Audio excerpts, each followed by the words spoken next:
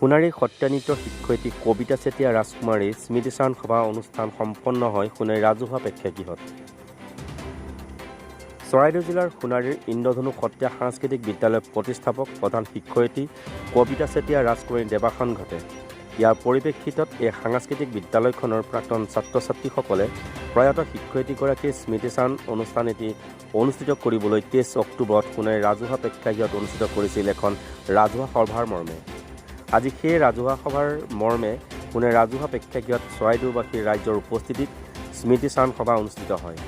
আজিৰ স্মৃতিচাৰণ সভাৰ সভাপতিত্ব কৰে দেৱজ্যোতি গগৈয়ে। সোণাৰীৰ সাংস্কৃতিকবান লোকসকলে একত্ৰিত হৈ সোণাৰী ৰাজহুৱা প্ৰেক্ষাগৃহত অনুষ্ঠিত কৰিবলৈ লোৱা স্মৃতিচাৰণ সভাৰ লগত সংগতি ৰাখি প্ৰথম কাৰ্যসূচী অনুসৰি বন্তি প্ৰজ্বলন কৰে যোৰহাট কমলবাৰী সত্ৰৰ বায়ন নীলমণি বৰাই। তাৰ পাছতে 1 মিনিট সময় মৌন প্ৰাৰ্থনা কৰি এটি বৰগীত উপস্থাপনে আজিৰ সভাখন সুগন্ধি আনে সাপে কাটি তুলিকা বৰুৱাই।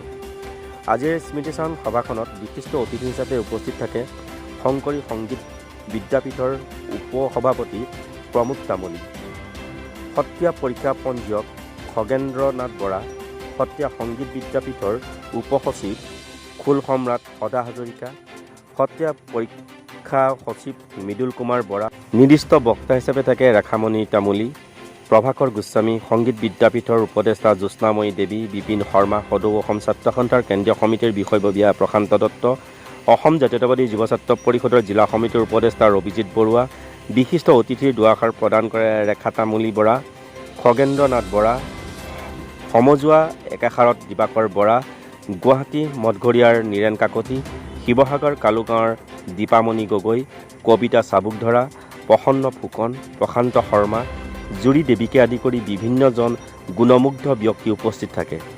আজিৰ এই স্মৃতিচাৰণ সভাত উদ্দেশ্য ব্যাখ্যা কৰে দীপক শৰ্মাই।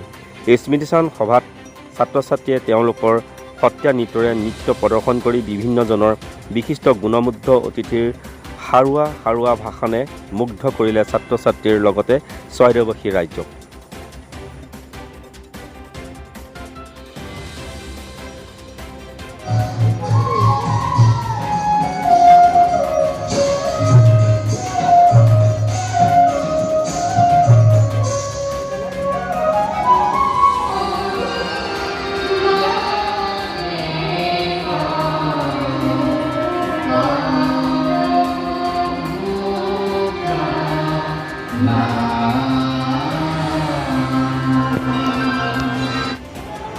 সোণাৰী অঞ্চলৰ এগৰাকী বিশিষ্ট নৃত্যশিল্পী, নৃত্যগুৰু, সত্ৰীয়া নৃত্যৰ সাধক প্ৰয়াত কবিতা চেতিয়া ৰাজকুমাৰীৰ স্মৃতিত আজি এখন স্মৃতিচাৰণ সভা সোণাৰী ৰাজহুৱা প্ৰেক্ষাগৃহত অনুষ্ঠিত হয়।